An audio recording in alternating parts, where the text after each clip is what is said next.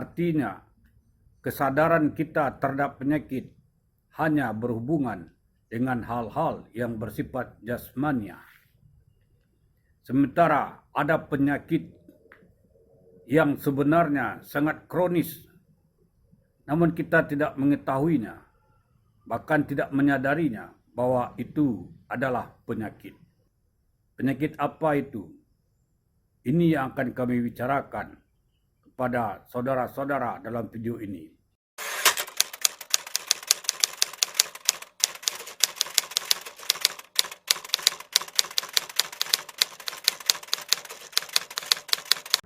Bismillahirrahmanirrahim.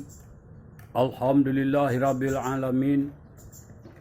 Assalatu wassalamu ala asrafil wal mursalin wa ala alihi wa sahbihi ajma'in. Allahumma salli wa sallim wa barik ala sayyidina Muhammad wa ala alihi wa sahbihi ajma'in.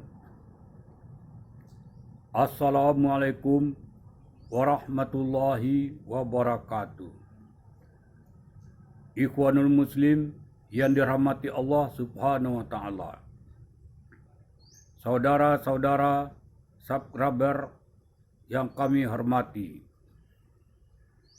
Kami mengucapkan terima kasih atas dukungan saudara-saudara yang telah memberi subscribe terhadap channel ini serta yang telah meluangkan waktu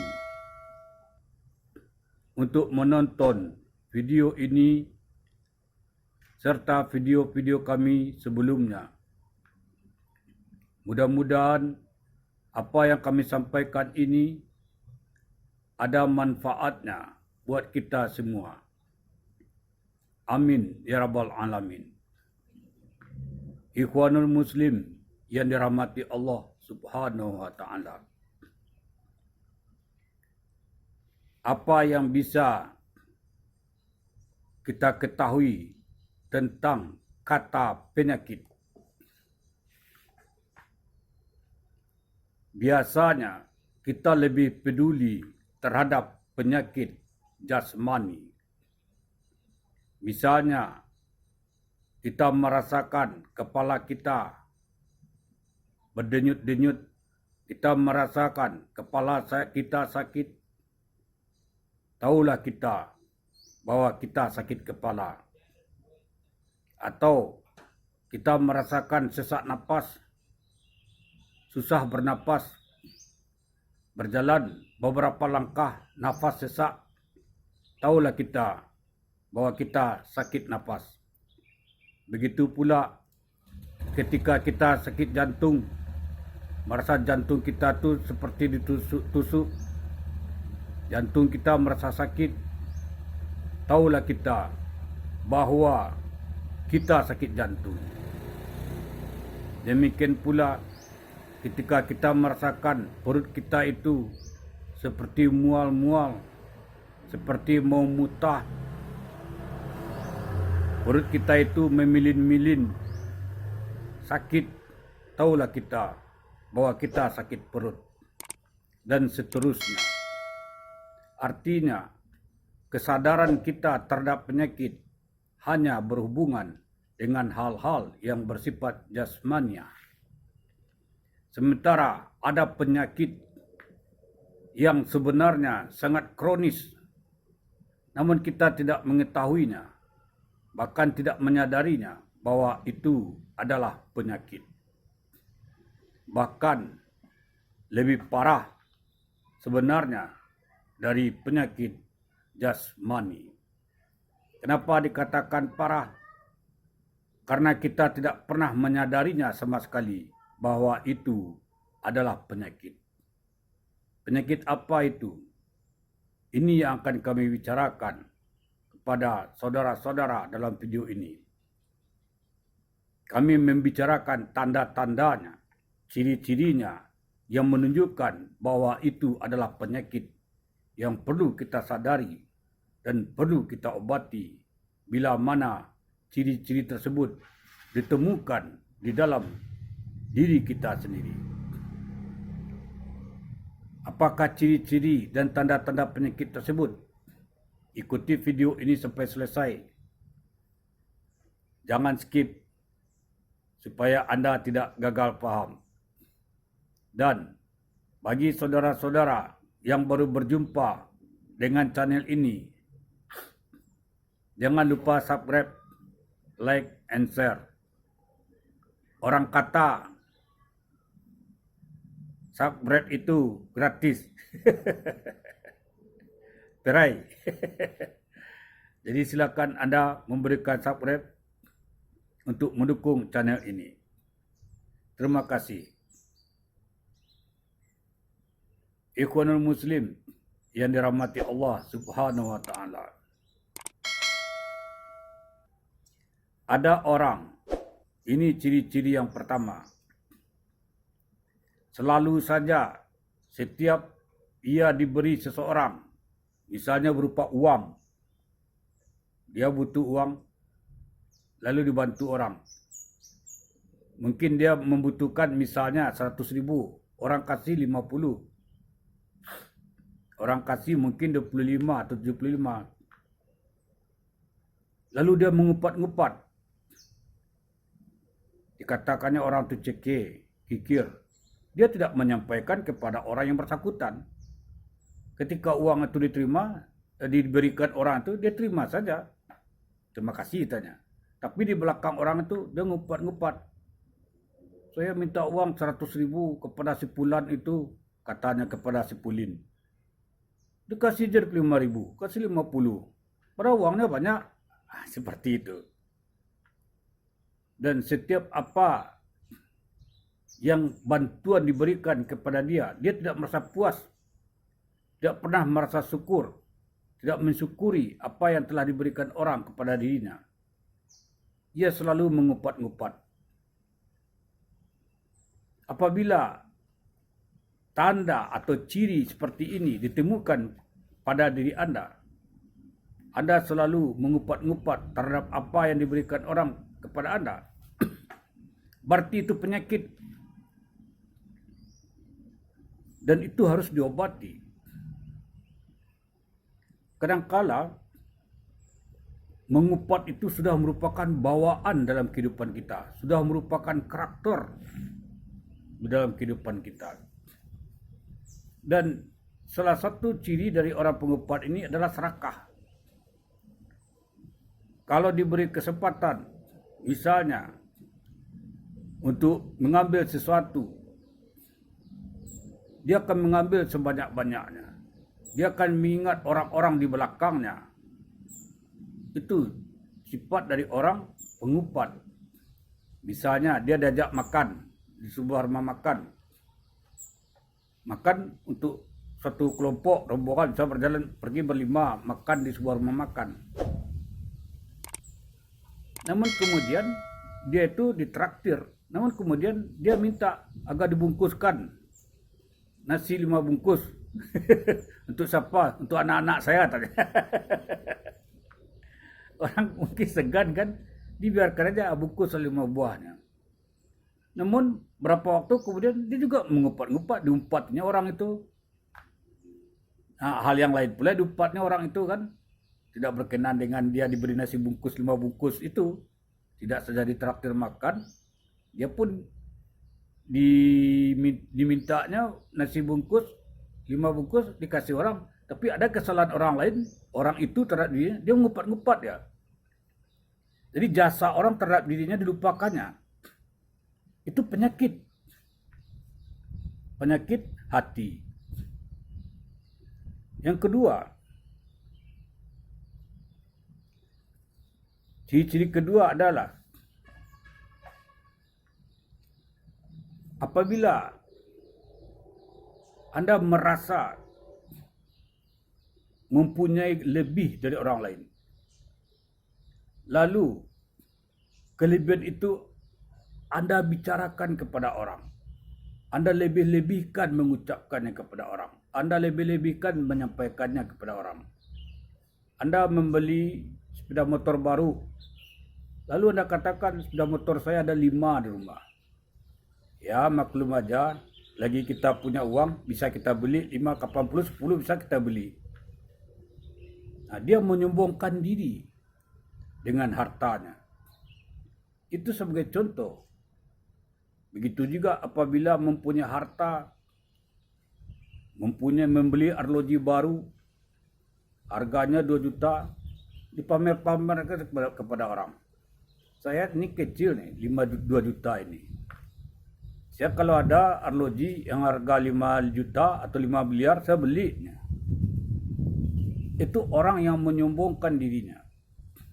Itu penyakit hati yang harus diobati. Dan bawaannya itu selalu menyombongkan diri kepada orang-orang. Dan dia tidak sadar bahwa itu adalah merupakan penyakit. Bahkan menjadi sebuah karakter. Kalau sudah menjadi karakter, berarti penyakit itu sudah kronis. Ada lagi yang ketiga. Setiap orang minta bantuan dia tidak mau. Dia pelit. Padahal dia mampu membantu orang. Tapi dia tidak mau membantu. Dia kikir. Bahkan ketika orang minta bantuan kepadanya, orang itu dikata-katainya. Padahal dia tidak mau membantu orang itu. Tapi hati orang disakitinya. Ini penyakit. Dan penyakit ini senantiasa muncul setiap kondisi-kondisi di mana orang minta bantuan. Kalaupun ada dia memberi bantuan kepada orang, dia memberi bantuan yang paling sedikit sekali. Namun bantuan itu disebut-sebutnya kepada orang lain. Ini ciri-ciri orang yang kikir. Itu juga penyakit. Dan yang keempat, ada orang yang merasa dia itu hebat sendiri, egois. Harus dia saja yang ditonjolkan, harus dia saja yang dikemukakan. Tidak boleh orang lain muncul. Tidak boleh orang ke depan. Dalam sebuah kelompok dan satu organisasi, hendaknya dia saja yang dimunculkan. Kalau ada orang lain muncul, maka orang lain itu diperburuk-burukkannya. Itu disebut penyakit. Dan ini kalau ada orang yang selalu muncul di depan umum atau suatu kesempatan, dia merasa dengki, iri. Itu juga penyakit. Misalnya begini, kita contoh. Ini mohon maaf. Yang ada kita temukan di dalam kehidupan sehari-hari. Sebuah profesi mubalik misalnya. Biasanya dia saja yang diundang orang, ceramah di masjid. Jadwalnya penuh. Namun ada orang yang lebih hebat dari dia, atau katakanlah nasibnya mungkin lebih hebat dari dia, lebih baik dari dia. Lalu dia yang sering diundang orang. Timbul dengkinya, timbul irinya kepada orang itu. Jobnya sudah kurang, jadwalnya sudah kurang. Maka orang itu diperburuk-burukkannya. Nah, ini penyakit. Ini tidak saja di dalam profesi mubalik, tapi dalam kehidupan sehari-hari juga kita temukan hal-hal semacam itu. Ketika ia biasanya mendapat kesempatan job, misalnya di dalam kontraktor misalnya, dia biasanya mendapat order di sebuah perusahaan, di satu tempat misalnya. Tapi ketika ada orang yang kemudian lebih banyak mendapat order ketimbang dengan dia, dia merasa iri, dengki. Lalu perburuk-burukannya orang itu. Itu penyakit.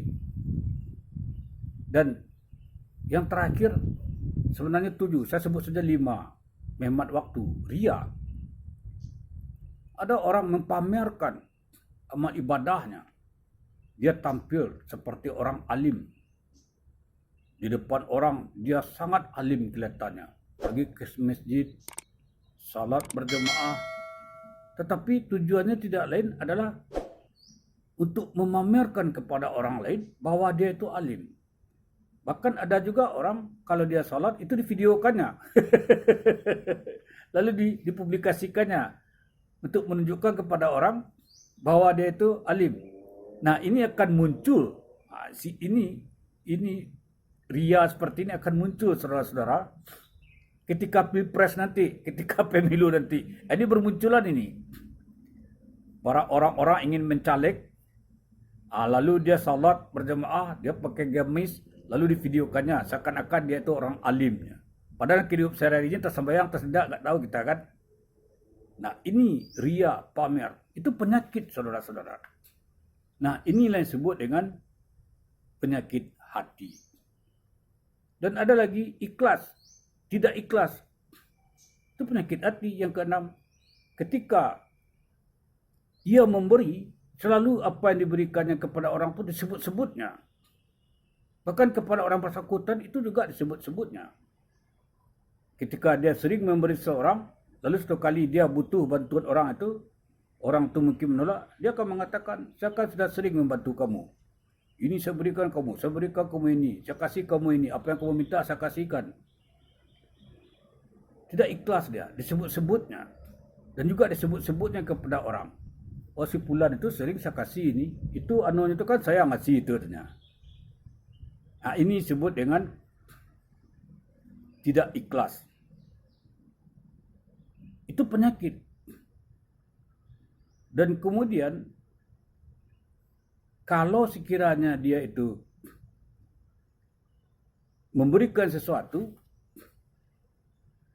dia memberikan dengan tidak ikhlas. Dia mengharapkan pamrih. Mudah-mudahan ketika saya memberi sesuatu kepada orang, orang itu akan menolong saya pula. Itu disebut tidak ikhlas.